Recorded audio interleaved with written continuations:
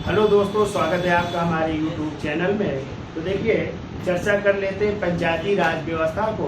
और पंचायती राज व्यवस्था को संवैधानिक दर्जा कब प्राप्त हुआ, उसकी हम जो है विस्तृत व्याख्या कर लेते हैं। तो हमने जो है पिछले टॉपिक में आपको पढ़ाया था कि जो है कई समितियां गठित हुई थी, जिनमें कि आप लोगों ने पढ़ा था बलवंत राय मेहता समिति, जो कब आई थी? 1957 में आई थी। ठीक है।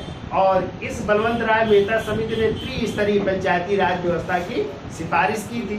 फिर हमने बताया था इसी आधार पर जो है आपका जो है पहली बार जो है पंचायती राज व्यवस्था राजस्थान के नागौर जिले के बरदरी गांव में क्या की गई थी? लागू की गई थी ना। कब? 2 अक्टूबर 1957 को प्रधानमंत्री पंडित जवाहरलाल नेहरू ने उद्घाटन भी किया था ना। फिर इसके बाद दूसरी आप लोगों ने समिति पढ़ा था अशोक मेहता समिति, जो 1977 में आई, और उन्होंने 2 स्तरीय पंचायती राज व्यवस्था की सिफारिश की थी। फिर आप लोगों ने पढ़ा था कौन सी? डॉक्टर PV राव समिति 1986 में आई थी। ठीक है। फिर इसके बाद आप लोगों ने जो है लक्ष्मीमल सिंधवी समिति कब आई थी? 1986 में आई थी। और PV राव आई थी 1985 में, और ये आई थी 1986 में। और फिर इसके बाद आई थी PK थुंगन समिति, जो आई थी 1988 में। और थुंगन समिति और लक्ष्मीमल सिंधवी समिति ने ही पंचायती राज व्यवस्था को संवैधानिक दर्जा देने की सिफारिश की थी। और हमने आपको पढ़ाया था, इसके लिए प्रयास किया था उस समय प्रधानमंत्री कौन थे? राजीव गांधी जी। और उन्होंने जो है 64वां संविधान संशोधन कब लाए? 1989 में लाए। और ये 64वां संविधान संशोधन लोकसभा से तो क्या हो गया? पास हो गया, लेकिन राज्यसभा से क्या हो गया? नामंजूर होने के कारण ये जो है संवैधानिक, इसको जो है कह सकते हैं संवैधानिक तंत्र में या संवैधानिक दर्जा नहीं प्राप्त हुआ। अब इसके लिए जो है फिर आगे चल करके जो है फिर सरकार बन रही है कांग्रेस की। और देखो प्रधानमंत्री कौन बन रहे हैं? PV नरसिम्हा राव। ठीक है। PV नरसिम्हा राव की सरकार बन रही है, ये प्रधानमंत्री है। और इन्हीं के समय जो है एक संशोधन लाया गया, और वही था 73वां संविधान संशोधन। 73वां संविधान संशोधन लाया गया। कब लाया गया? 1992 में लाया गया। ठीक है। अब जब ये संशोधन लाया गया तो ये संसद में लाया गया, दोनों सदनों में। ठीक है। तो जब संसद के दोनों सदनों में लाया गया तो इसको जो है 22 दिसंबर 1992 को किसके द्वारा? लोकसभा द्वारा पास कर दिया गया। ठीक है। अगले दिन जो है यानी 23 दिसंबर 1992 को किसके द्वारा? राज्यसभा द्वारा भी पास कर दिया गया। ठीक है।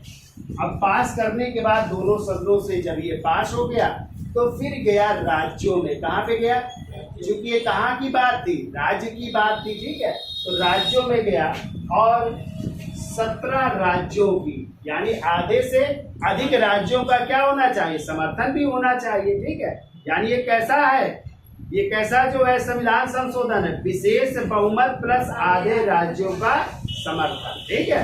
तो विशेष बहुमत आप जान रहे हैं, यानी संसद के दोनों सदनों से विशेष बहुमत द्वारा पास हुआ। विशेष का होता है कुल सदस्यों का बहुमत एवं उपस्थित एवं मतदान करने वाले सदस्यों का 2/3 बहुमत से पास होना ही कहलाता है विशेष बहुमत। और कितने राज्यों का समर्थन होना चाहिए? आधे से एक अधिक राज्य का। ठीक है। तो कितने राज्यों का समर्थन प्राप्त हुआ? 17 राज्यों की विधानमंडल द्वारा 17 राज्यों की विधानमंडल द्वारा इसे क्या किया गया? अनुमोदित कर दिया गया, यानी वहां से भी पास हो गया। तो जब वहां से पास हो गया तो ये पहुंचा अब किसके पास? राष्ट्रपति जी के पास। ठीक है। और उस समय भारत के राष्ट्रपति कौन थे? शंकर दयाल शर्मा जी हैं। तो शंकर दयाल शर्मा जी के पास गया, और इन्होंने जो है 20 अप्रैल 1993 को, कब? 20 अप्रैल 1993 को अपनी स्वीकृति प्रदान की। स्वीकृत का मतलब अपना हस्ताक्षर किया, ठीक है। तो जब स्वीकृत प्रदान कर दी तो ये जो है संशोधन क्या हो गया, पास हो गया। और पास होने के बाद जो है इसे पूरे भारत में लागू कर दिया गया 24 अप्रैल 1993। कब लागू कर दिया गया? 24 अप्रैल 1993 को पूरे भारत में लागू कर दिया गया। और इसीलिए आपको पता है 24 अप्रैल को आप लोग एक दिवस मनाते हो और वही है पंचायती राज दिवस। कौन सा दिवस मनाते हो? पंचायती राज दिवस। ये याद रखिएगा। कब मनाते? 24 अप्रैल 1993, यानी 24 अप्रैल को है जिस दिन लागू हुआ, ठीक है।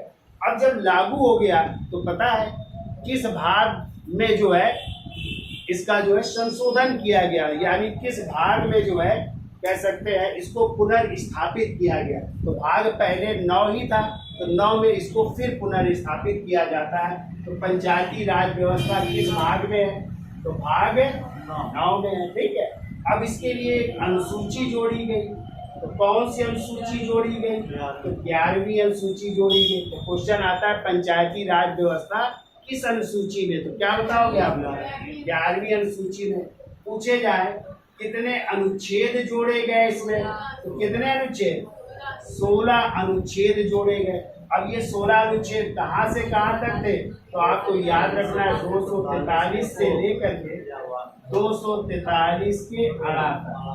कितने तक? 243 से 243 के आड़ा 16 अनुच्छेद। देखो कैसे हो गए। तो आपको ककारा सबको आता है, काका गागा अंगा चाचा जाजा इया टाटा डाडा आड़ा। 15 ये हो गए, ठीक है। और एक हो गया 243 को।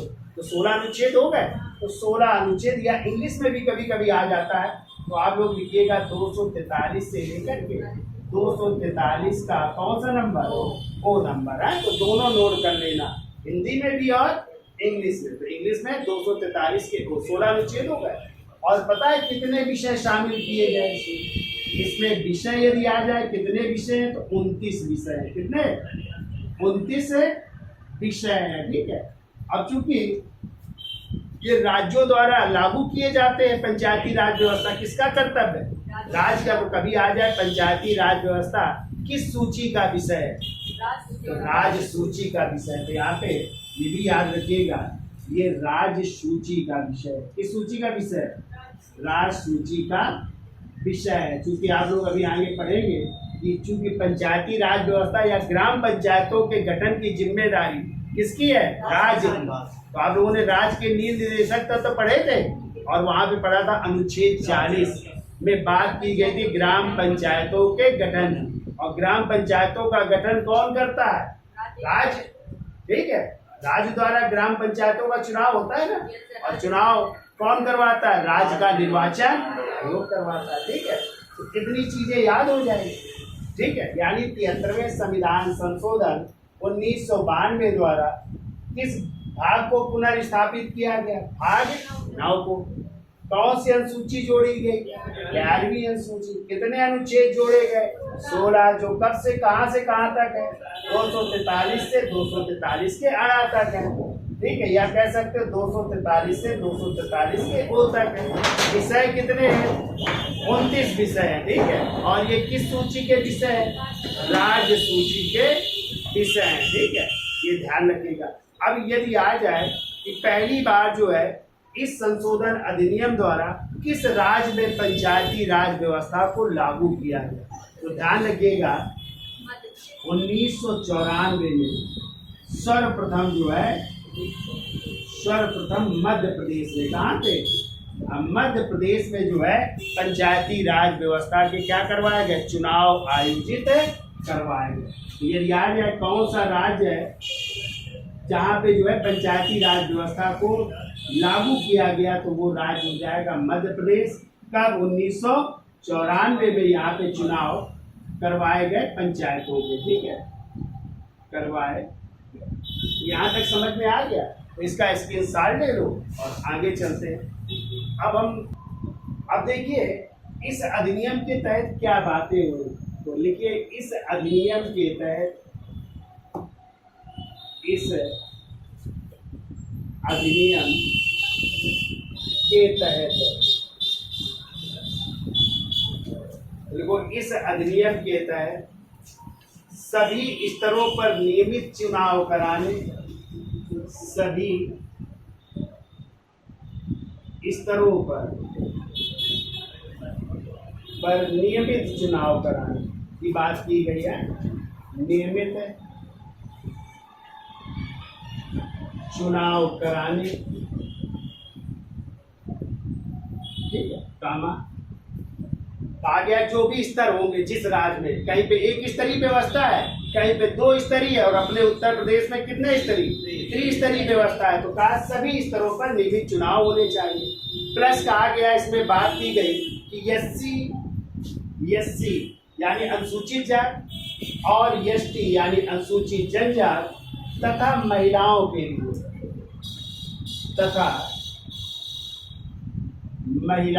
लिए, किसकी व्यवस्था होनी चाहिए, आरक्षण की। किसकी व्यवस्था, हाँ, तो महिलाओं के लिए सीटों का आरक्षण होना चाहिए।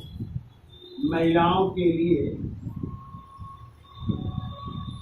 सीटों का आरक्षण, महिलाओं के लिए सीटों का आरक्षण भी होना चाहिए, ये बात की गई। ठीक है, इसके अलावा देखो किसकी बात की गई, कहा गया जो है एक क्या होना चाहिए, राज्य का निर्वाचन आयोग होना चाहिए। क्या होगा, राज्य का निर्वाचन आयोग होगा जो ये चुनाव करवाएगा। तो आपसे क्वेश्चन आता है कि पंचायती राज व्यवस्था के चुनाव कौन करवाता है, या नगर पालिका के चुनाव कौन करवाता है, तो राज्य निर्वाचन आयोग करवाता है। और इस राज्य निर्वाचन आयोग का यदि पूछा जाए उल्लेख किस अनुच्छेद में है, तो अनुच्छेद 247 में। ठीक है, तो राज्य निर्वाचन आयोग का उल्लेख किस अनुच्छेद में, 247। इसके बाद बात की गई कि राज्य का वित्त आयोग होना चाहिए। क्या होना चाहिए, राज्य का वित्त आयोग होना चाहिए जो धन आवंटित करेगा किसके लिए, गांव के लिए। तो गांव में आता है ना धन, गांव में आता है, नगर निकाय के जो चुनाव होते हैं वहां पे धन आता है। तो दोनों के अलग अलग आयोग है, ग्राम पंचायत के अलग वित्त आयोग है, और जो शहर का या नगर निकाय का है उसका अलग वित्त आयोग है। तो पहले हम ग्राम पंचायत के वित्त आयोग की चर्चा कर लेते हैं। तो आप लोगों ने केंद्र का वित्त आयोग तो पढ़ के आए हो, अनुच्छेद 280 में है। और अब तक कितने वित्त आयोग गठित हो चुके हैं, 16, और 16वां वित्त आयोग अभी गठित हुआ है। किसकी अध्यक्षता में, अरविंद भाई। और प्रथम वित्त आयोग के अध्यक्ष कौन थे, केसी नियोगी थे। ठीक है, तो ऐसे ही राज्य का भी वित्त आयोग है, और इस राज्य के वित्त आयोग का उल्लेख है अनुच्छेद 243 के झाझरना में। किसमें है, झाझरना, या इसी को इंग्लिश में कह सकते हो अनुच्छेद 243 के आई में है। ठीक है, ये राज्य का वित्त आयोग है, वो भी किसका, पंचायत का वित्त आयोग। ठीक है, तो कभी आ जाए कि राज्य पंचायत वित्त आयोग का उल्लेख किस अनुच्छेद में है, क्या बताओगे आप लोग, 243 का आई या झा नंबर। और जो शहर वाला पढ़ोगे आप लोग नगर निकाय का, उसका है 243 के वाई में। उसको हम बाद में पढ़ाएंगे जब नगर पालिका पढ़ाएंगे। तो वो वाई में है और ये आई में है, दोनों को याद रखना है आपको। ठीक है, चलिए अब देखो, तो इसकी भी व्यवस्था का प्रावधान कहा गया। इस अधिनियम के तहत ये व्यवस्थाएं होंगी। क्या क्या होंगी, सभी स्तर पर नियमित चुनाव कराए जाएंगे, एससी एसटी और महिलाओं के लिए सीटों का क्या दिया जाएगा, आरक्षण दिया जाएगा। प्लस राज्य का निर्वाचन आयोग होगा, और निर्वाचन आयोग किस अनुच्छेद में, 247। साथ में कहा गया राज्य का क्या होगा, वित्त आयोग होगा। ठीक है, यहाँ पे वित्त आयोग को बात की गई, लेकिन पंचायती वित्त आयोग किसमें है, अनुच्छेद 243 के आई में। और जो शहरी वित्त आयोग है, नगर निकाय का वित्त आयोग, वो 243 के वाई। ठीक है, दोनों को याद रखना है, तो उसको वहां पे करवाएंगे। आगे चलिए, और क्या बात हुई, देखो पंचायती राज व्यवस्था, पंचायती राज व्यवस्था कैसी होगी? त्रिस्तरीय होगी। कैसी होगी? त्रिस्तरीय होगी। ठीक है। और जहां पे 20 लाख से कम आबादी होगी, 20 लाख से कम आबादी वाले जो राज्य हैं, कम आबादी वाले राज्यों में आए, वहां पे जो है त्रिस्तरीय से कम की जा सकती है। ठीक है। यानी वहां पे जो है किसको छोड़ दिया जाएगा? बीच वाले को, यानी जिसे आप लोग क्षेत्र पंचायत कहते हैं। क्या कहते हैं? क्षेत्र पंचायत, या इसी को पंचायत समिति कहते हैं। ठीक है। कहा गया इसकी व्यवस्था नहीं होगी उन राज्यों में, ठीक है, जहाँ की आबादी कितनी है? 20 लाख से कम। तो जैसे हम अपने उत्तर प्रदेश की बात करें, तो उत्तर प्रदेश में कैसी पंचायती राज व्यवस्था है? त्रिस्तरीय। तो हमने आपको बताया था ग्राम स्तर पर कौन सी पंचायत है? ग्राम पंचायत। ठीक है, ग्राम पंचायत। फिर हमने आपको बताया था प्रखंड या खंड स्तर पर है पंचायत समिति। पंचायत समिति। और अपने यहाँ इसको कहते हैं क्षेत्र पंचायत। क्या कहते हैं? क्षेत्र पंचायत। जो बीडीसी के चुनाव नहीं होते हैं तो वो क्षेत्र पंचायत होती है। और तीसरे नंबर में कहा गया जिला परिषद होती है। ठीक है। तो जिला परिषद, और अपने यहाँ उत्तर प्रदेश में इसी को कहते हैं जिला पंचायत। क्या कहते हैं? जिला पंचायत। ठीक है। तो ये त्रिस्तरीय व्यवस्था है आपके उत्तर प्रदेश में। ग्राम स्तर पर ग्राम पंचायत, प्रखंड स्तर पर या खंड स्तर पर पंचायत समिति या क्षेत्र पंचायत, और जिला स्तर पर जिला परिषद या जिला पंचायत की व्यवस्था की गई। ठीक है। अब देखो इनका चुनाव कैसे होगा? इनका चुनाव होगा प्रत्यक्ष निर्वाचन द्वारा। कैसे होगा? प्रत्यक्ष निर्वाचन द्वारा होगा। ठीक है। चुनाव लिख लेना, प्रत्यक्ष निर्वाचन द्वारा। प्रत्यक्ष का मतलब जानते हो? इसमें कौन वोट डालेगा? जनता वोट डालेगी, जिसकी आयु हो चुकी है 18 वर्ष। ठीक है। और उनका जो है नाम है किसमें? वोटर लिस्ट में। ठीक है। यदि नाम है तभी आप वोट डाल पाएंगे। तो बताइए, अच्छा मैं एक क्वेश्चन बताइए कि जो मताधिकार की आयु है पहले 21 वर्ष थी, अब 21 वर्ष से कितनी कर दी गई? 18 वर्ष कर दी गई। किस संविधान संशोधन? 61वें संविधान संशोधन 1989 द्वारा कर दी गई है।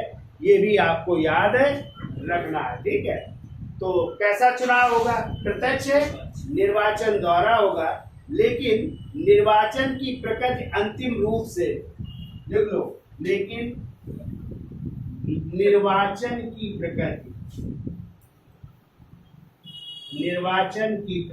अंतिम रूप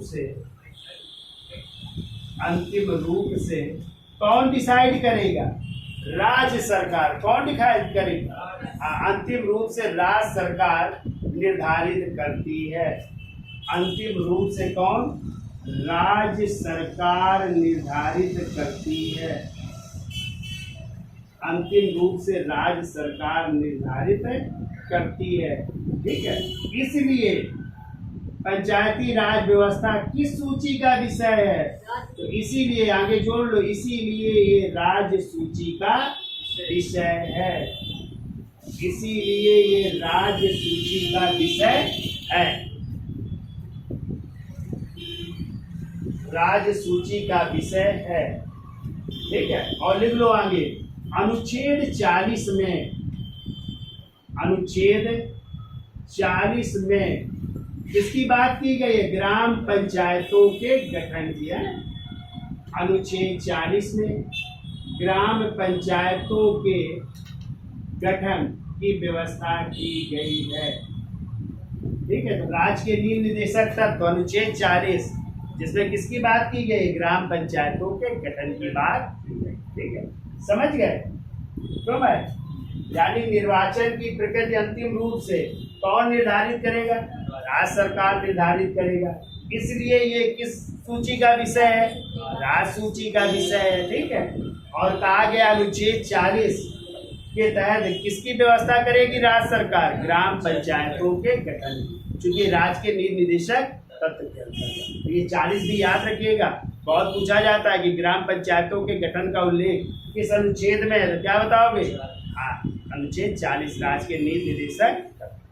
अब देखो चुनाव लड़ने के लिए आयु क्या होनी चाहिए? पता है पंचायत का चुनाव लड़ने के लिए आयु होनी चाहिए 21 वर्ष। कितने वर्ष? गांव के प्रधानी का चुनाव लड़ना हो, बीडीसी का चुनाव लड़ना हो या जिला पंचायत का चुनाव लड़ना हो, सबकी आयु 21 वर्ष। और इधर आप लोग शहर में जो शहर के चुनाव होते हैं जैसे पार्षद का चुनाव लड़ना है तो भी 21 साल, आपको मेयर का चुनाव लड़ना है तो भी 21 साल। जो नगर होते हैं नगर पंचायत, तो नगर पंचायत में भी होते हैं ना, वार्ड के चुनाव होते हैं, नगर पंचायत या चेयरमैन का चुनाव होता है, उसमें भी आयु 21 वर्ष। इसके अलावा नगर पालिकाएं नहीं होती हैं तो वहां पे भी तो चुनाव होते हैं, वार्ड के भी होते हैं और नगर पालिका अध्यक्ष का भी चुनाव होता है, वहां पे भी आयु 21 वर्ष। ठीक है, यानी इन सब में जो है आयु क्या होनी चाहिए? 21 वर्ष होनी चाहिए। ठीक है, तो आप लोग अभी पंचायत लिख रहे हैं तो लेकिन सबको हमने बता दिया है, तो याद रखिएगा, वहां पे भी नहीं बताएंगे तो वो भी चल जाएगा। ठीक है, तो सब चुनाव के लिए आयु सीमा क्या होनी चाहिए? 21 वर्ष से कम नहीं होनी चाहिए, ज्यादा भले हो जाए, ठीक है, लेकिन 21 से कम है नहीं होनी। और लोकसभा और विधानसभा की उसकी 25 वर्ष है और राज्यसभा और विधान परिषद की है 30 वर्ष। क्लियर? तो वहां पे वो याद रखिएगा, लोकसभा और विधानसभा की कितनी? 25 वर्ष, राज्यसभा और विधान परिषद की 30 वर्ष। क्लियर? और यहाँ पे कितने? 21 वर्ष। कितना नोट कर लिया? चलो स्क्रीनशॉट ले लो, आगे चलते हैं। तो देखिए प्रत्याशी की आयु सीमा क्या होगी है? तो देखो प्रत्याशी की आयु सीमा कितने वर्ष होगी? 21 वर्ष से कम नहीं होनी चाहिए। ठीक है, यानी न्यूनतम आयु 21 वर्ष, चाहे वो ग्राम पंचायत का चुनाव हो, चाहे क्षेत्र पंचायत का चुनाव हो, चाहे जिला पंचायत का चुनाव हो, सबकी आयु 21 वर्ष। या शहरों में हमने जैसे अभी बताया, चाहे वो नगर पंचायत के चुनाव हो, चाहे नगर पालिका के हो या नगर निगम के चुनाव हो, सबके प्रत्याशी की आयु कितने वर्ष होगी? 21 वर्ष होगी। ठीक है, अब कहा गया है जब चुनाव होंगे तो देखो इन संस्थाओं में महिलाओं के लिए, ठीक है, महिलाओं के लिए कितने % आरक्षण? तो लिख लो, इन संस्थाओं में महिलाओं के लिए 33% आरक्षण भी होगा। कितने %? 33% आरक्षण या 1/3 आरक्षण भी मिलेगा महिलाओं को। ठीक है, तो आपने देखा होगा महिलाओं की सीटें रहती है ना, हाँ, कभी ओबीसी रहेगी, कभी एससी, कभी एसटी भी रह सकती है ना, कभी। अब तो ओबीसी को भी जोड़ दिया गया, अभी हम चर्चा कर रहे हैं, सन 2000 में ओबीसी को भी जो है उत्तर प्रदेश सरकार ने आरक्षण की व्यवस्था कर दी है। तो किसके लिए आरक्षण की बात की गई? महिलाओं के लिए, वो भी कितने %? 33% आरक्षण की बात की गई। ठीक है, इसके अलावा एससी के लिए भी आरक्षण है और एसटी के लिए भी है, महिलाओं के लिए भी है। तो ये किस अनुच्छेद में इसका उल्लेख है? तो देखो अनुच्छेद 243 के घ में, इसमें 243 के घ, या इसी को इंग्लिश में कहोगे क्या कहेंगे? 243 का घ का मतलब ABCD में है। तो लिख दो दोनों अनुच्छेद, 243 के घ या 243 के डी में पंचायतों के चुनाव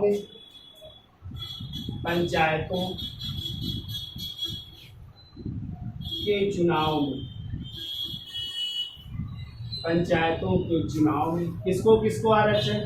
SC ST व महिलाओं के आरक्षण की बात की गई। ठीक है, महिलाओं के आरक्षण, तो इन सब का उल्लेख किस अनुच्छेद में है? अनुच्छेद 243 के डी या 243 के घ में इनके आरक्षण का प्रावधान किया गया। महिलाओं के आरक्षण का प्रावधान इस अनुच्छेद में किया गया। आगे हम फिर दिखा देंगे एक बार, लेकिन यहाँ पे समझ लीजिए आप लोग। तो यहाँ पे प्रावधान किया गया महिलाओं के आरक्षण। ठीक है, अब देखो महिलाओं को तो 33% आरक्षण मिलेगा, लेकिन एससी और एसटी का आरक्षण कैसे होगा? तो एससी और एसटी का आरक्षण लिख लो आगे। देखो एससी और एसटी को आरक्षण उनकी जनसंख्या के आधार पर होगा, उनकी जनसंख्या के आधार पर होगा, यानी जितनी जिसकी जनसंख्या उसके आधार पर उनको आरक्षण की बात की गई है। ठीक है, तो देखो जनसंख्या के आधार पर आरक्षण की व्यवस्था लागू होगी या इस आधार पर जो है आरक्षण लागू किया जाएगा। ठीक है,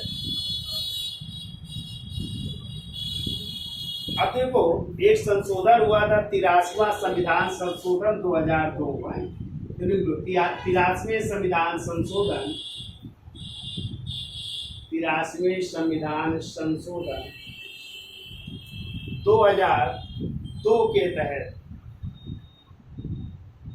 2002 के तहत अरुणाचल प्रदेश में एससी को आरक्षण नहीं दिया जाएगा। एससी को आरक्षण नहीं, क्यों नहीं? क्योंकि यहाँ पे एससी समुदाय है ही नहीं। ठीक है, एससी समुदाय नहीं है, तो जब एससी है ही नहीं तो यहाँ पे एससी के लिए आरक्षण नहीं लागू होगा। बाकी राज्यों में तो है, लेकिन किस राज्य में नहीं है? अरुणाचल प्रदेश में एससी के लिए आरक्षण की व्यवस्था क्यों नहीं है? क्योंकि वहाँ पे एससी का अस्तित्व ही नहीं है। ठीक है, तो वहाँ पे एसटी है लेकिन एससी नहीं है। ठीक है, तो एससी के लिए कोई आरक्षण की व्यवस्था नहीं, और इसे किस संविधान संशोधन द्वारा?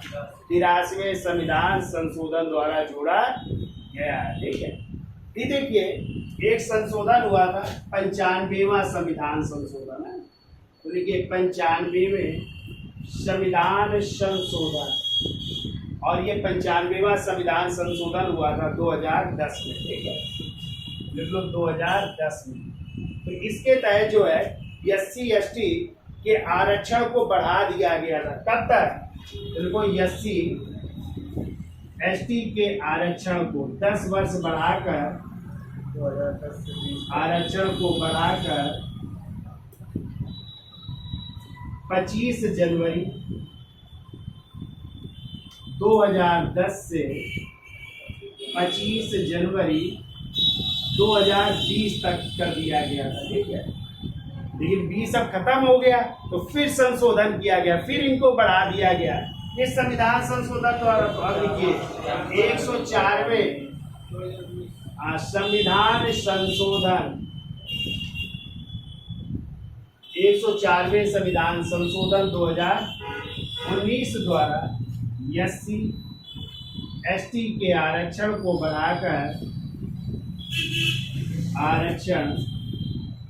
बढ़ाकर अब कर दिया गया, लिख लो 25 जनवरी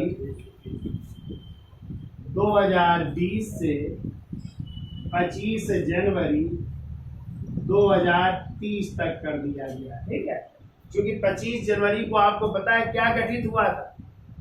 भारत का निर्वाचन आयोग। इसीलिए 25 जनवरी को आप लोग क्या मनाते हो? राष्ट्रीय मतदाता दिवस। याद है?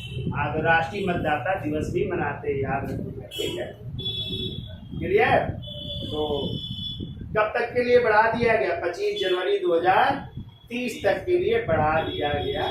ठीक है, अब देखो अभी हमने बताया था आपके जो है ओबीसी को भी आरक्षण उत्तर प्रदेश सरकार ने दिया। तो किस संशोधन या कौन सा कानून लाया गया? तो देखो उत्तर प्रदेश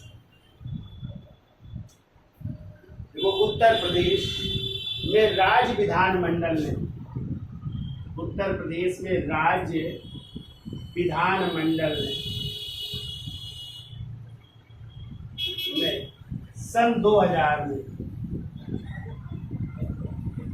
सन 2000 में पंचायती राज अधिनियम, सन 2000 में पंचायती राज अधिनियम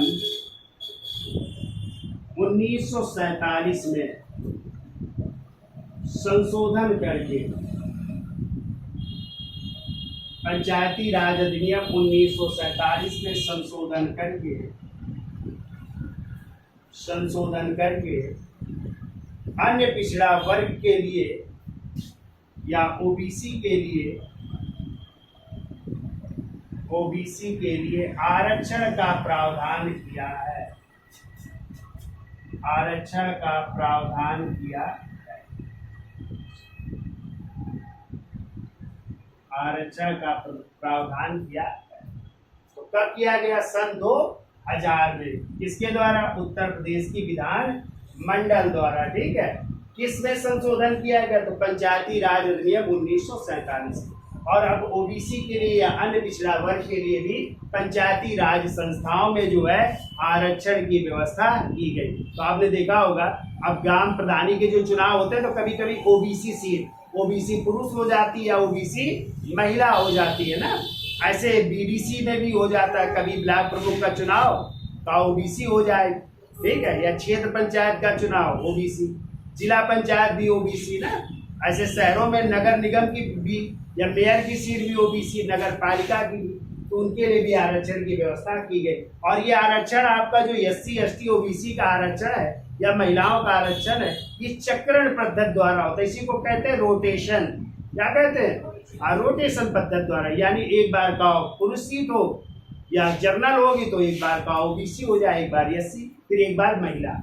ऐसे चक्रण चलता रहता है। ठीक है, कि सबको जो है क्या मिले?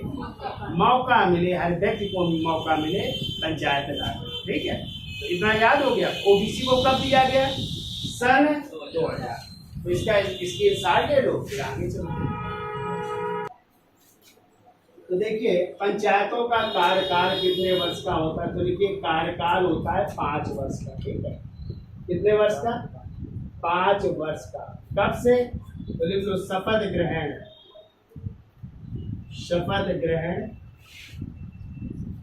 करने की तिथि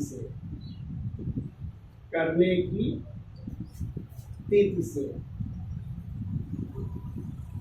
जिस दिन शपथ ग्रहण कर लेंगे उस तिथि से कब तक? 5 वर्ष।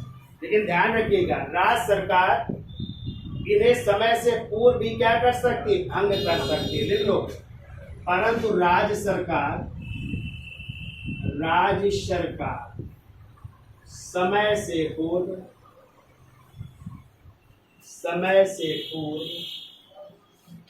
इन्हें भंग कर सकती है।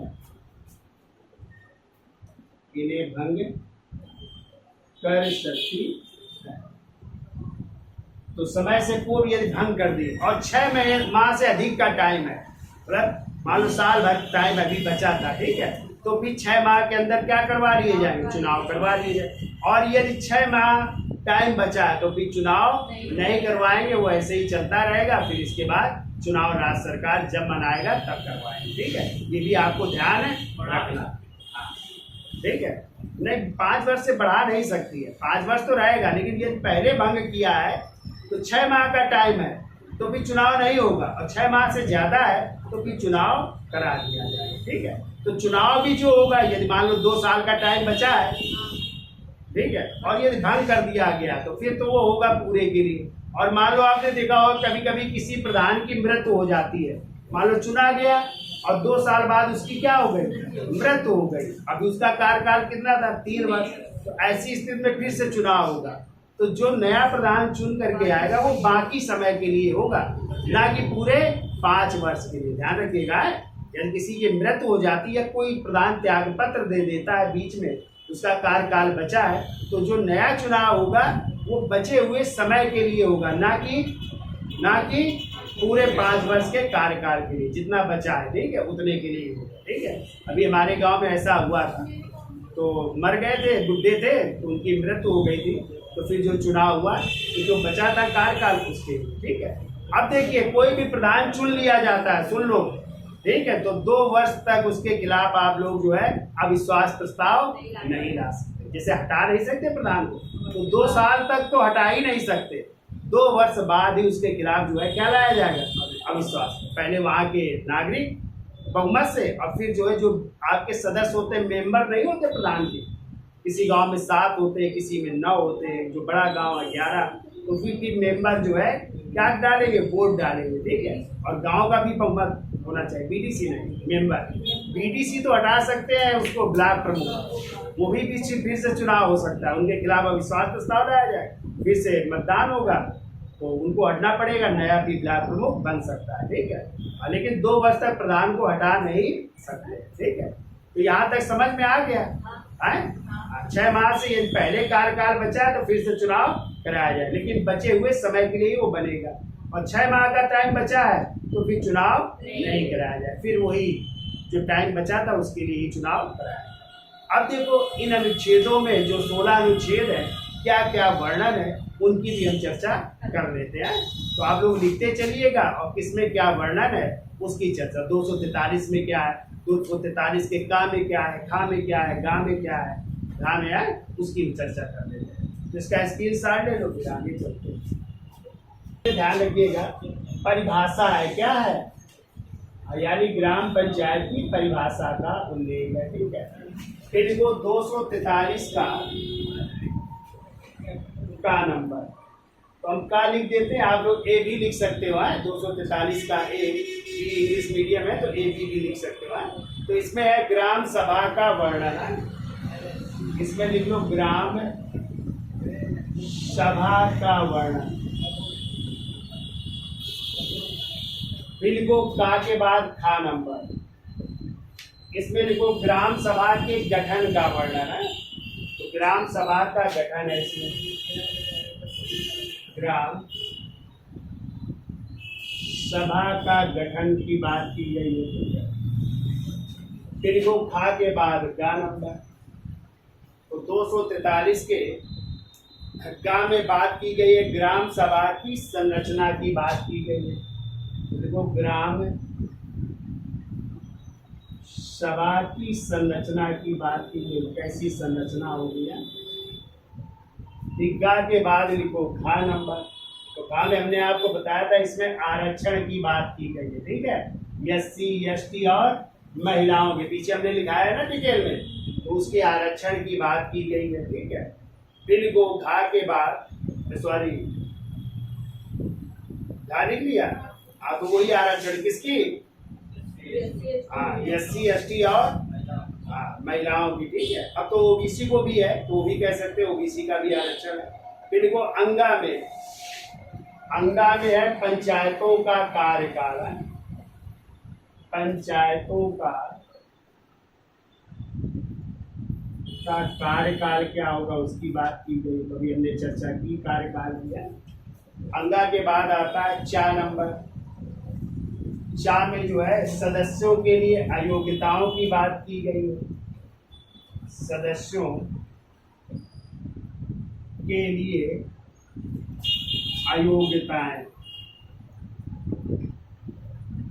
अयोग्यताओं की बात की गई। चा के बाद आई है छा नंबर,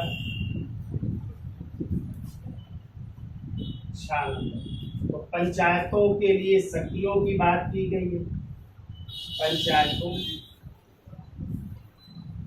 की शक्तियां क्या होंगी उनकी बात की गई है। और इसी में विषय भी है, क्या है, शक्तियां एवं उत्तरदायित्व, शक्तियां एवं उत्तरदायित्व, उत्तरदायित्व मतलब विषय, कितने विषय की बात की गई, लिख लो 29 विषय है, यानी 29 उत्तरदायित्व होंगे, उनकी बात की गई है। छा के बाद आई है जा, जा में बात की गई है टैक्स की, कर के प्रावधान की, या टैक्स के प्रावधान की बात की गई। टैक्स भी ग्राम पंचायतें वसूलती है ना, नगर पालिका है। आपने देखा होगा मेला भी लगते हैं, बाजार लगती है गांव में, जो बड़े गांव है ना, तो टैक्स नहीं लेते हैं जो आते हैं व्यापारी बेचने, तो वो भी मेलों में भी नहीं, जो आते हैं मेले में दुकानदार आते हैं उनसे भी, तो ये भी वसूलने का अधिकार है किसके पास, गांव के पास, या नगर पालिका, या जो आपकी नगर पंचायत होती है वहाँ पे होते थे। फिर देखो झा नंबर, तो झा की अभी हमने चर्चा की थी, इसमें क्या है, पंचायत राज वित्त आयोग, पंचायत राज वित्त आयोग का उल्लेख है। ये बहुत इंपॉर्टेंट है, कई बार पूछा गया, लिख लेना, वेरी वेरी इंपॉर्टेंट है। राज्य का वित्त आयोग है, ठीक है, या पंचायत राज वित्त आयोग है। फिर आइए ईया में लेखा परीक्षण की बात की गई है। गांव का भी लेखा परीक्षण होता है ना, जांच होती है, पूरा रिकॉर्ड रखना पड़ता है, कितने हमने मजदूर किन कार्यों में लगाए, मनरेगा नहीं चलता है गाँव में, पूरा रखता है ना, लिखना पड़ता है। ईया में ये हो गया। ईया के बाद आइए टा में हमने बताया था पंचायतों के लिए निर्वाचन की बात की गई ना, पंचायतों के निर्वाचन, और निर्वाचन कौन करवाएगा? निर्वाचन आयोग करवाएगा। राज्य का निर्वाचन आयोग कौन सा? राज्य का निर्वाचन आयोग, जिसका उल्लेख अनुच्छेद 247 में है, ठीक है, ये भी याद रखिएगा। टा के बाद आ जाओ ठा में। टा के बाद ठा में, इसमें बात की गई संघ राज्य क्षेत्रों में भी लागू होगा। तो केंद्र शासित प्रदेश है, वहां पे भी तो गांव है, तो लिख लो संघ राज्य क्षेत्रों में लागू होगा। संघ राज्य क्षेत्रों में लागू, केंद्र शासित प्रदेश में भी ये व्यवस्था लागू हो गया है। अभी हम बताएंगे कहाँ पे एक स्तरीय है, कहाँ पे 2 स्तरीय है, ठीक है। क्या लिखा आप लोगों ने? टा ठा, ऊपर अब आते हैं, ऊपर का लिख किया है ना,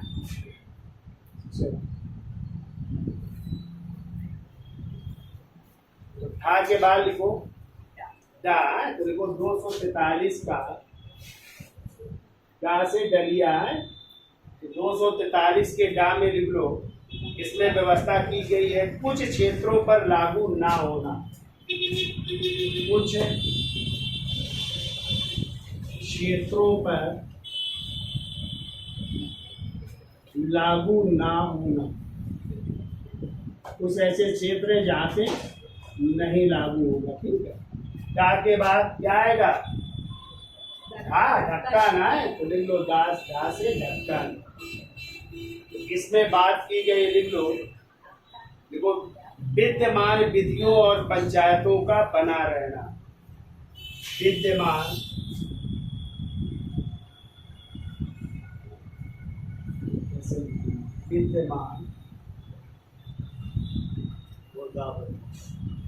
विधियों का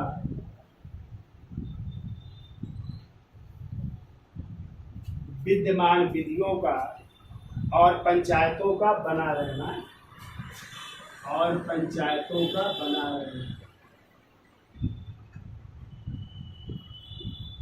मेन याद कर लेना, सब कोई जरूरी नहीं, ठीक है।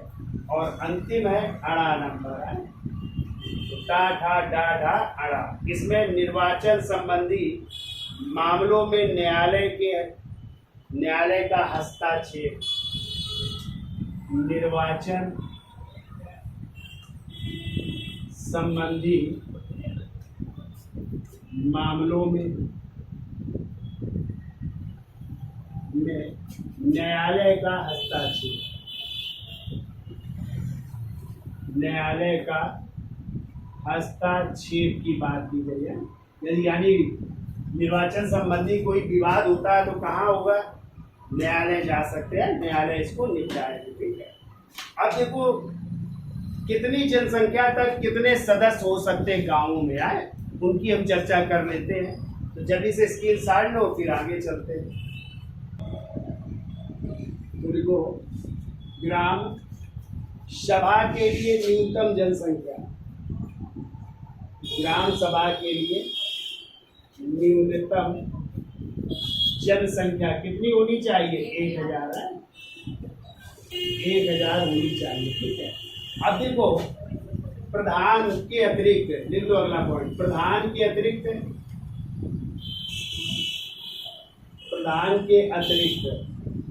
क्या होते हैं? सदस्य होते हैं ना। तो सदस्य कितनी जनसंख्या पर कितने होंगे सदस्य हैं? तो लिख लो 1000 की जनसंख्या तक 9 सदस्य, 1000 की जनसंख्या तक कितने सदस्य होंगे? 9 सदस्य। फिर यदि 1000 से 2000 की जनसंख्या है तो 11 सदस्य। 1000 से 2000 तक की जनसंख्या के लिए हो जाएंगे 11 सदस्य हो जाएंगे। फिर यदि 2000 से 3000 की जनसंख्या है, 2000 से 3000 तक की जनसंख्या है तो हो जाएंगे 13 सदस्य। ठीक है, 13 सदस्य हो जाएंगे। और 3000 से अधिक की जनसंख्या है तो 3000 से अधिक जनसंख्या है तो 15 सदस्य हो जाएंगे। ठीक है, इतने ही बड़े गांव होते हैं। ठीक है, 2-3 हजार आबादी वाले गांव होते हैं ना, तो इतने सदस्य बन सकते, 15 सदस्य। क्लियर? ठीक है, तो ग्राम पंचायत के सदस्य किसके प्रति उत्तरदायी होते हैं?